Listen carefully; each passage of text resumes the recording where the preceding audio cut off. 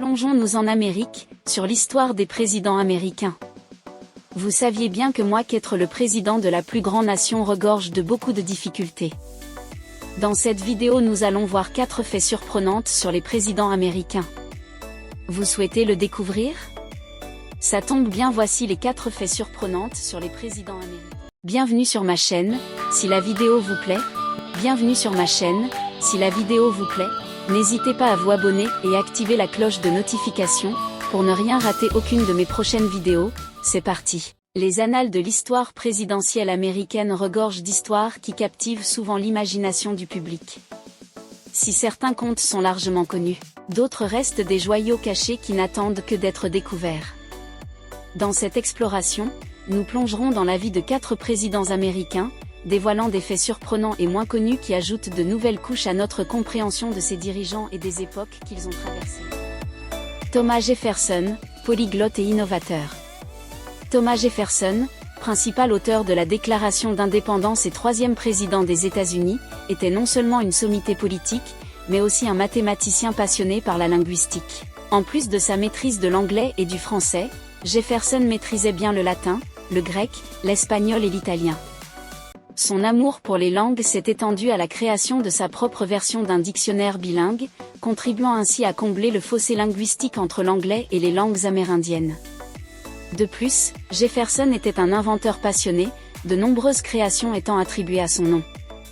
L'un des plus intrigants est le polygraphe, à ne pas confondre avec le dispositif de détection de mensonges du même nom. Le polygraphe de Jefferson était un appareil mécanique qui facilitait la duplication de ses lettres manuscrites. Cela lui permettait d'écrire ou de dessiner sur une plaque tout en produisant simultanément une copie avec un stylo attaché sur une autre. Cette innovation a mis en valeur la curiosité intellectuelle de Jefferson et son désir de solutions pratiques aux défis quotidiens. Ulysses S. Grant, un génie littéraire dans le bureau ovale.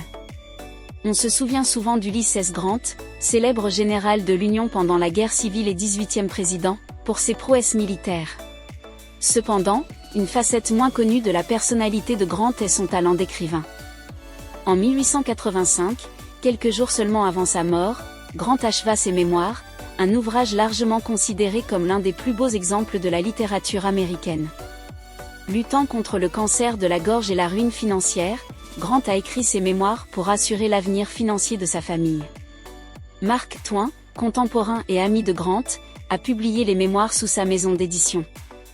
L'ensemble en 2 volumes, intitulé « Mémoires personnelles de U.S. Grant », a été salué par la critique pour son honnêteté, sa clarté et sa perspicacité dans la guerre civile. La prose éloquente de Grant et ses réflexions sur la guerre et le leadership ont mis en valeur une prouesse littéraire qui en a surpris plus d'un, consolidant sa place non seulement dans les annales de l'histoire militaire mais aussi dans le canon littéraire des États-Unis. Calvin Coolidge, le maestro silencieux de la radio. Calvin Coolidge, le 30e président, était souvent surnommé « Silent Cal » en raison de sa réputation d'homme de peu de mots. Cependant, sa présidence a coïncidé avec une ère naissante dans le domaine des technologies de communication, la radio.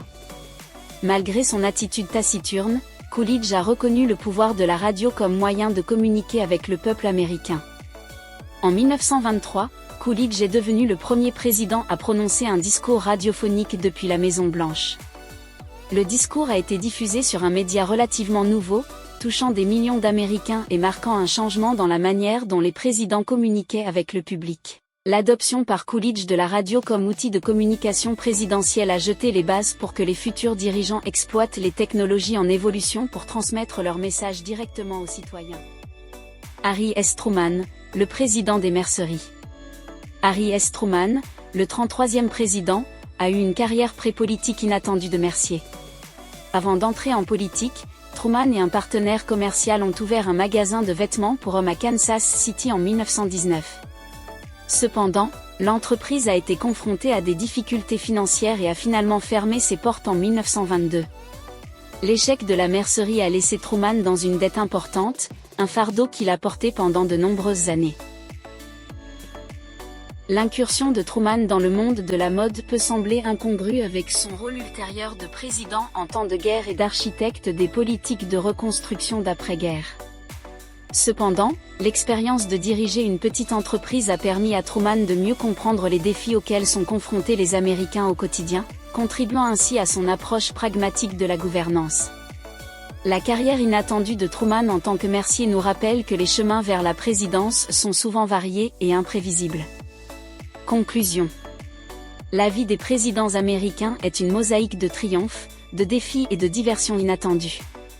Les histoires des prouesses linguistiques et de l'esprit inventif de Thomas Jefferson, de l'héritage littéraire d'Ulysses S. Grant, de l'adoption de la communication radio par Calvin Coolidge et du passage surprenant de Harry S. Truman en tant que Mercier mettent en lumière la nature multiforme des personnalités présidentielles. Ces facettes moins connues de leur vie contribuent à une compréhension plus riche des individus qui ont façonné le cours de l'histoire américaine.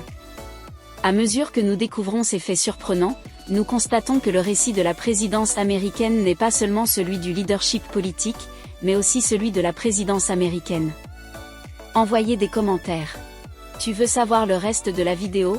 Abonne-toi à ma chaîne et si ça t'a plu, mets-moi un gros pouce bleu.